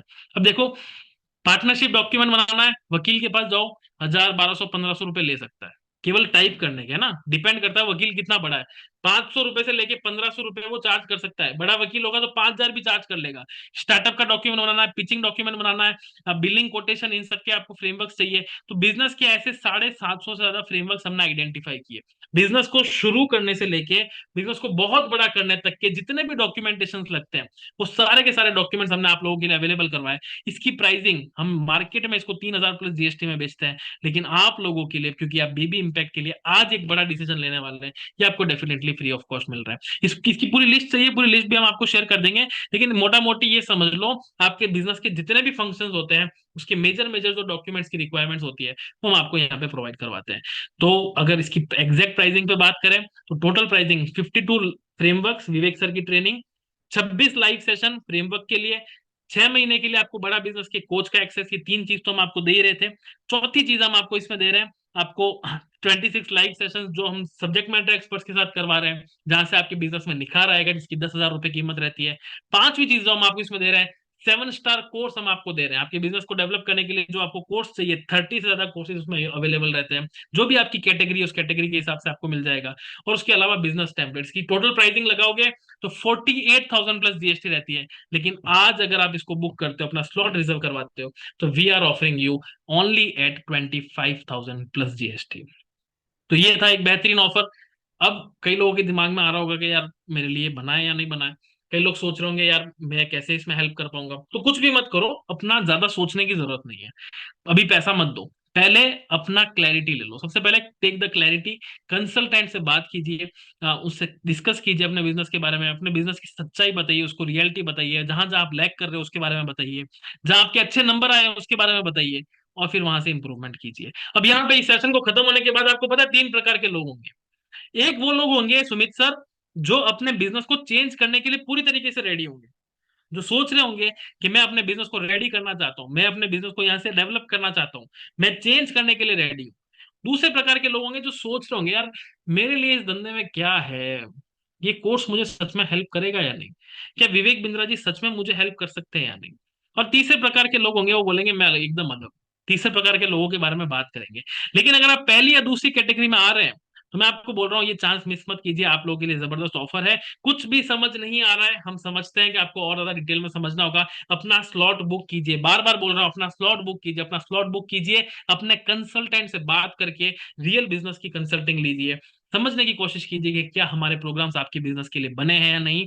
और अगर सब कुछ समझ में आ चुका है तो आप पेमेंट करके प्रोसीड कर सकते हैं। तीसरी कैटेगरी के लोग जो बोलते हैं ना कि मैं अलग हूँ, कई लोग मेरे को इस सेशन के बाद मुझे पता है कि ऐसे ऐसे लोग भी मिलते हैं जो बोलते हैं सर आपने सिखाया वो मुझे अच्छा तो लगा, लेकिन ये सारी चीजें मैं अपने आप से कर लूंगा। तो भैया अपने आप से करना था तो इतने सालों से कर ही रहे हैं हम, अपने आप से करना था तो इतने सालों से आप कर रहे हैं, लेकिन इससे पहले कभी आपने अपने बटवे में इन्वेस्ट किया था, अपने बुद्धि पे इन्वेस्ट नहीं किया था।